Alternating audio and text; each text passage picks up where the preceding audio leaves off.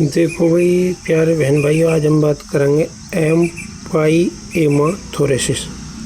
ये भी क्या है, फेफड़ों से रिलेटेड एक बीमारी है। ठीक, अभी पिछले 6-7 जो जितनी वीडियो बनाई वो सब फेफड़ों से रिलेटेड बीमारी की थी, COPD, tuberculosis, plural effusion.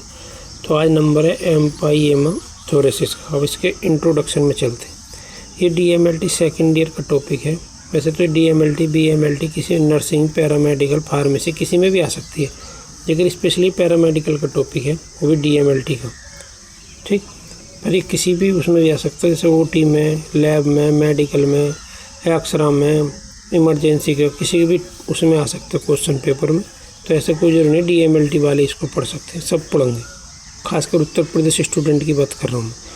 DMLT second year में भी ये पेपर फर्स्ट का टॉपिक है, जो कि रेलेवेंट मेडिकल और सर्जिकल कंडीशन का टॉपिक है। ठीक, अब इंट्रोडक्शन में आ जाओ, बहुत देर हो गई कहानी बताते बताते। अब इसमें पढ़ते एम्फाइएमाथोरेसिस इज ए सीरियस कंडीशन। ये क्या है, गंभीर स्थिति है ऐसे मान लो। कैरेक्टराइज, जो कि किस तरीके से कैरेक्टराइज की जा सकती है, इसमें क्या क्या खास बात है इस बीमारी में। द कलेक्शन ऑफ पस, इसमें क्या कलेक्शन मतलब इकट्ठा हो जाता है क्या, पस, मवाद। इन द प्लूरल स्पेस में मैंने बताइए फेफड़ों को चारों तरफ से झिल्ली टाइप की रहती है घेरने वाली, उसको क्या बोलते हैं, प्लूरल मेम्ब्रेन बोलते हैं। उसके और फेफड़ों के बीच में क्या एक जगह रहती है जिसको बोलते हैं प्लूरल स्पेस। जो इफ्यूजन होता है, प्लूरल इफ्यूजन, उसमें पानी भर जाता है फेफड़े में इस स्पेस में, लेकिन एम्फाइएमाथोरेसिस में पानी की जगह क्या बढ़ जाएगा, पस बढ़ जाएगा, मतलब मवाद टाइप की बढ़ जाएगी। आगे ब्रैकेट में लिखा the area between the lung and chest बाल, जो चेस्ट की बाल है हमारे उसमें और लंग्स के बीच में एक खाली जगह रहती है जिसको बोलते हैं हम प्लूरल स्पेस। इन दोनों के बीच में क्या है, पस बढ़ जाएगा। चेस्ट बाल का मतलब ये नहीं हमारे ऊपर की पेट की खाल, जो समझ लो कभी इसको, ठीक है ना, फेफड़ों से थोड़ी सी ऊपर होती है वो, ठीक है ना। ये तो बाहर है, ये तो खाल एब्डोमेन की जो स्किन है इसमें आ जाएगी। ये तो कभी इसको समझ बैठो, अंदर की बात चल रही है, ठीक है ना। एक तो फेफड़ों के जस्ट ऊपर, एक फेफड़ों से ऊपर रहती है। इन दोनों के बीच में जो जगह है उसको बोलते हैं प्लूरल स्पेस। अब आगे जो usually resulting from an untreated or severe infection such as pneumonia. Usually ये कब दिखाई देती है, जब अनट्रीटेड छोड़ दो किसको, सीवियर इन्फेक्शन को, जैसे कि निमोनिया हुआ हो तुम्हें और उसको तुमने इलाज ना करा हुआ हो और तुमने ऐसे इग्नोर कर दिया हो, तो क्या है, ये एम्फाइएमाथोरेसिस हो सकती है तुम्हें। और स्टेज देख लो इसकी, मतलब इस बीमारी की स्टेज है, जैसे ग्रेड 1, 2, 3, 4 ऐसे रहते हैं। स्टेज फर्स्ट में क्या, एक्यूट एक्जुडेटिव फेज। ये क्या, एक्यूट एक्जुडेटिव फेज है। एक्यूट का मतलब अचानक होगी, थोड़े बहुत दिन से बीमार हुई है, पिछले 8-10 दिन से ऐसे मान लो। इसमें लिख रहा है, देखो लिख भी रहा है 0 से 72 आवर्स, मतलब 2 से 3 दिन हुए हैं इस बीमारी को। आगे लिख रहा है इसमें फ्लूइड इज फ्री फ्लोइंग। शुरू में क्या है, फ्री फ्लूइड क्या है, प्लूरल स्पेस में भरा हुआ दिखाई दे रहा था, ऐसे मान के चलो। ठीक, मतलब शुरू में तो प्लूरल इफ्यूजन ही मान के चलो इसको भी, एम्फाइएमाथोरेसिस को। नंबर 2 में क्या हुआ होगा, धीरे धीरे अगर इसका इलाज नहीं हो तो फिर क्या कंडीशन है कि स्टेज 2 आएगी, जिसको बोलते हैं फाइब्रोपुरुलन पता नहीं यार, पढ़े भी नहीं यार। फाइब्रोपुरुलन,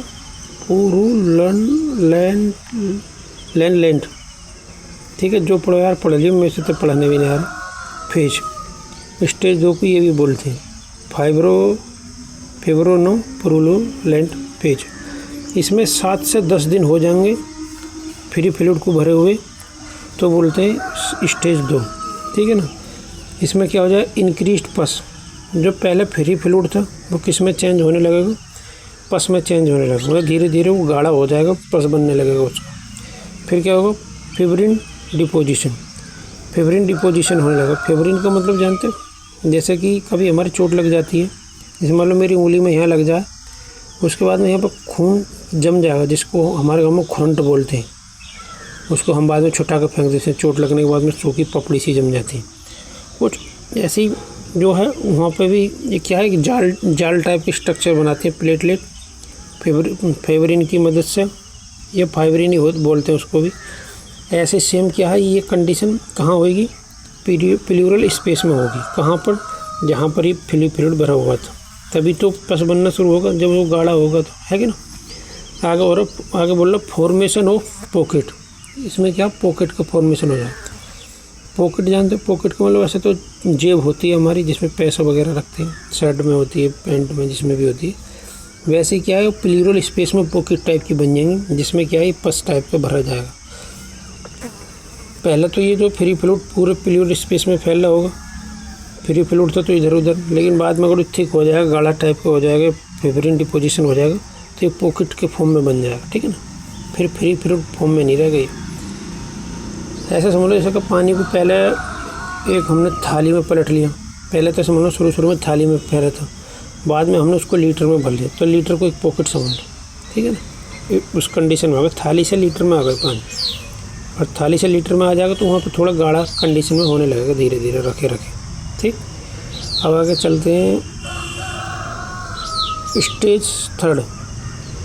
थर्ड में क्या, ऑर्गेनाइजिंग या क्रोनिक फेज। इसको ऑर्गेनाइजिंग या क्रोनिक फेज बोलते हैं। इसको 2 से 4 वीक्स में ये कंडीशन हो जाएगी।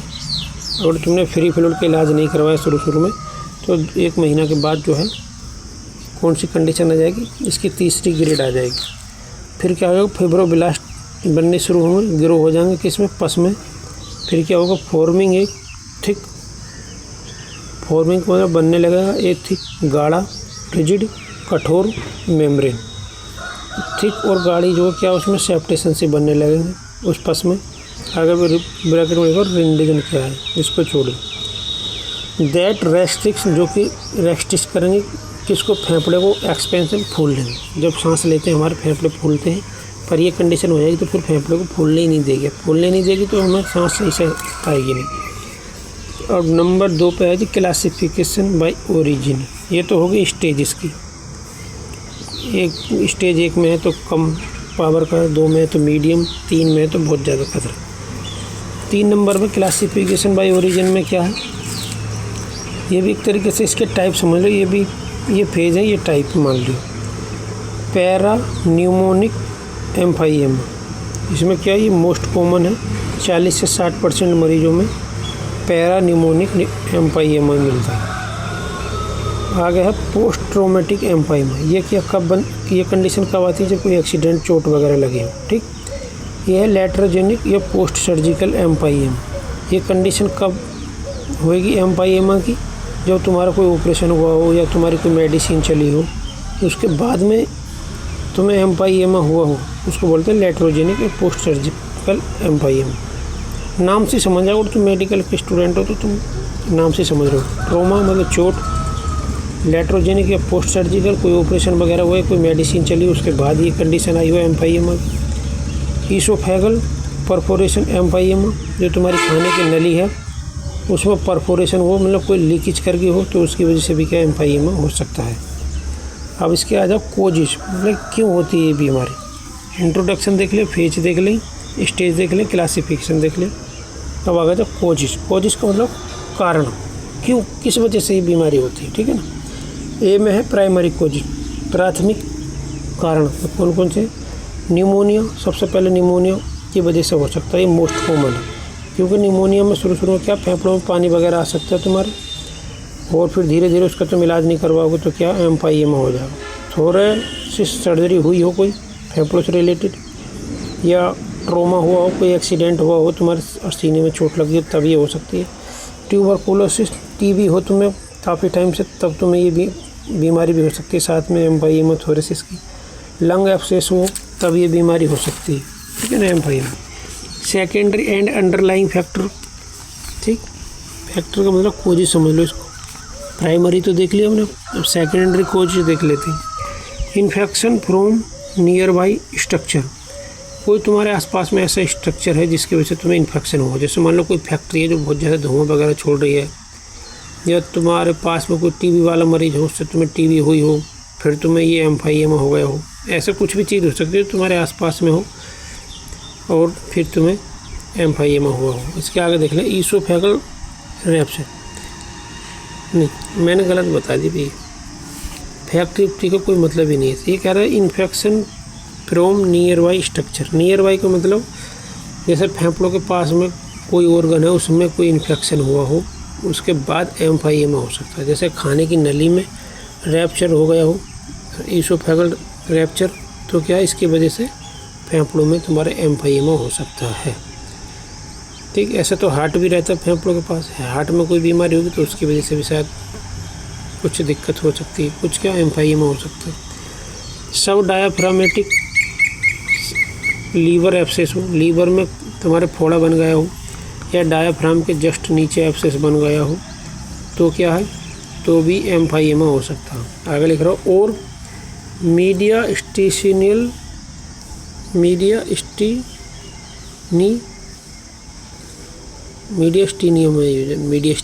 है कुछ, इसकी वजह से भी क्या है वो हो सकती है तुम्हें एम्फाइमा थोरेसिस। कॉम्प्लिकेटेड प्लूरल इफ्यूजन, और कॉम्प्लिकेटेड प्लूरल इफ्यूजन है उसकी वजह से भी एम्फाइमा हो सकता है। इम्यून सप्रेशन, और तुम्हारी इम्यूनिटी पावर कम है या सप्रेस हो गई है तो भी क्या है एम्फाइमा हो सकता है। सिम्टम्स देख ले, सिम्टम्स में है रेस्पिरेटरी सिम्टम्स, मतलब फेफड़ों से रिलेटेड सिम्टम्स। प्लूरेटिक चेस्ट पेन, सांस लेने में क्या है चेस्ट में दर्द होगा। शॉर्टनेस ऑफ ब्रीथ, जिसको डिस्पनिया बोलते हैं, शॉर्टनेस ऑफ ब्रीथ डिस्पनिया, मतलब कि सांस सही से नहीं ले पाओगे, जल्दी जल्दी सांस ले। परसिस्टेंट या प्रोडक्टिव कफ, लगातार खांसी या बलगम वाली खांसी हो सकती है। रैपिड ब्रीथिंग, जल्दी जल्दी सांस लोगे। बी है कॉन्स्टिट्यूशनल सिम्टम्स, इसमें है हाई फीवर, चिल्स, तेज़ बुखार, ठंड, एक्सट्रीम फटीग, बहुत ज़्यादा थकान।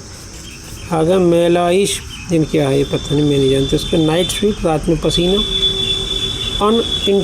इंटेंशनल वेट लॉस, बिना उद्देश्य के तुम्हारा वजन कम होता जाएगा, तुम कर नहीं रहे हो लेकिन वजन तुम्हारा कम होता जाएगा। लॉस ऑफ एपेटाइट, भूख कम लगेगी। फिजिकल एग्जाम फाइंडिंग, इसमें क्या medical assessment. Dullness to percussion, decrease breath sound, जो सांस लेते वक्त आवाज़ आती है उसमें क्या कमी आ जाएगी। रिड्यूस्ड चेस्ट एक्सपेंशन, सांस लेने में जो हमारी चेस्ट फूलती है वो भी क्या फूलेगी नहीं। डायग्नोसिस, कौन कौन सी जांच करवाएंगे। फिजिकल एग्जाम में क्या क्या, फिजिकल एग्जाम करेगा डॉक्टर, अपने आप देखेगा अपनी आला लगा के, और इमेजिंग में करवाएगा। चेस्ट एक्सरे करवा सकता है, अल्ट्रासाउंड करा सकता है, कॉन्ट्रास्ट एनहांस्ड सीटी कराएगा, CECT बोलते हैं जिसे। थोड़ा सेंटेसिस करा सकता है, प्लूरल फ्लूइड को निकाल के एनालिसिस कर सकते हैं। अब आगे ट्रीट की ओर, और क्या करा सकता है। एपीरियंस देखेगा किसको, पस देख सकते हैं निकलवा के। ग्राम स्टेन, ये कल्चर करा सकते हैं, ग्राम स्टेन करा के TB वगैरह के बैक्टीरिया की वजह से तो नहीं हुई है एम्फाइमा।